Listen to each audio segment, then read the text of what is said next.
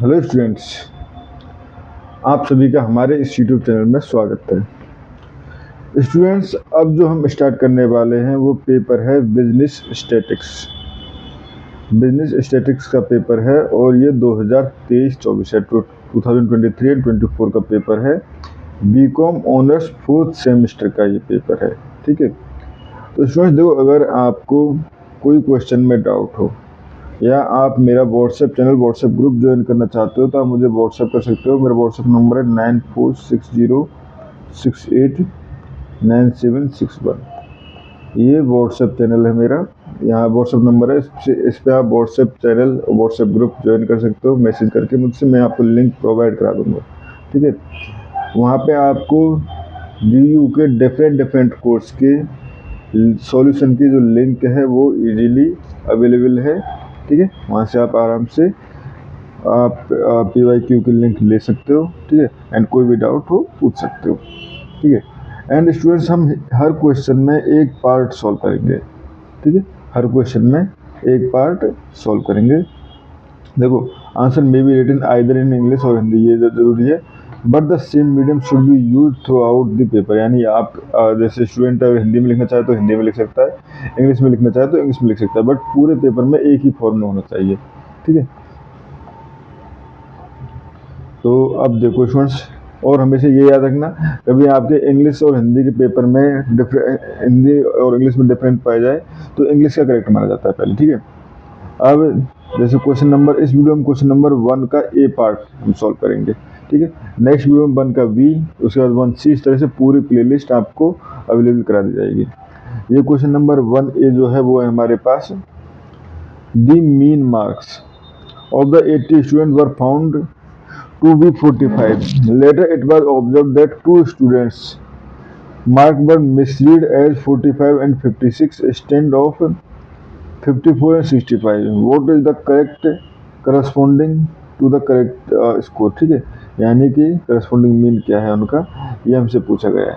तो स्टूडेंट देखो, ऐसे क्वेश्चन को सॉल्व करने के लिए हमें मीन का फॉर्मूला पता होना चाहिए। मीन का फॉर्मूला क्या होता है? सम ऑफ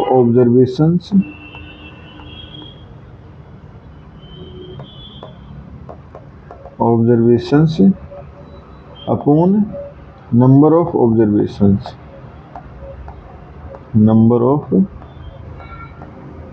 ऑब्जर्वेशंस, ठीक है, यानी basically summation of x upon n, x bar equal to हम इसको डिनोट करें तो।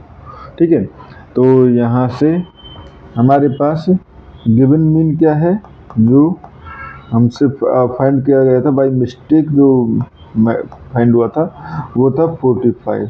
ठीक है, नंबर ऑफ स्टूडेंट कितने थे? नंबर ऑफ स्टूडेंट्स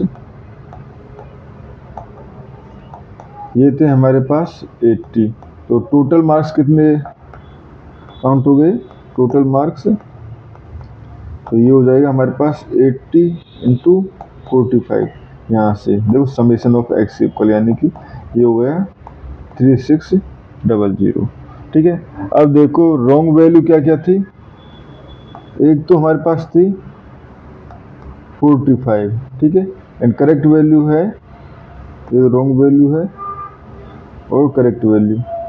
ठीक है, ये है 54, ठीक है, 56, ये है 65। ठीक है, अब देखो स्टूडेंट्स, करेक्ट वैल्यू ये थी हमारे पास, ज़्यादा थी करेक्ट वैल्यू। ठीक है, यानी हमने कम वैल्यू पुट की है। तो देखो आप एक काम कर सकते हो, करेक्ट वैल्यू, देखो क्वेश्चन को सॉल्व करने के कई तरीके हो सकते हैं। ठीक है, दूसरा तरीका ये भी हो सकता है, आप पहले रॉन्ग वैल्यू को माइनस कर दो, उसके बाद उस ऐड को डिफरेंट कर दो। दूसरा और तीसरा अलग तरीका ये भी है कि आप दोनों का डिफरेंस लिख लो। जैसे 45 ऐड करना था बट 54 ऐड कर दिया, यानी कितना कम ऐड किया हमने, यानी current value minus wrong value.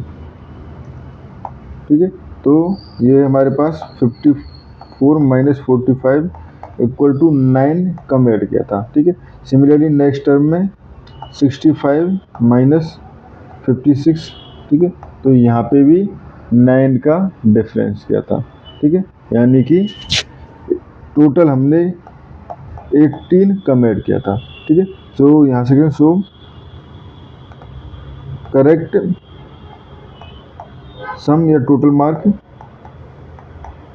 Marks कितने हो जाएंगे, 18 ऐड कर देंगे, यानी हमारे पास 36,000 थे और 18 और ऐड कर देने, तो ये हो जाएगा 3618, ठीक है, 3618। तो यहाँ से करेक्ट मीन इक्वल टू 3618/80, ठीक है स्टूडेंट्स। इसको आप सॉल्व कर सकते हो कैलकुलेटर से, कैलकुलेटर सॉल्व करोगे तो ये वैल्यू आ जाएगी आपके पास, ये आ जाएगी आपके पास 45.225, ठीक है स्टूडेंट्स। तो स्टूडेंट्स इस क्वेश्चन में हमें इतना ही करना था। Thank you.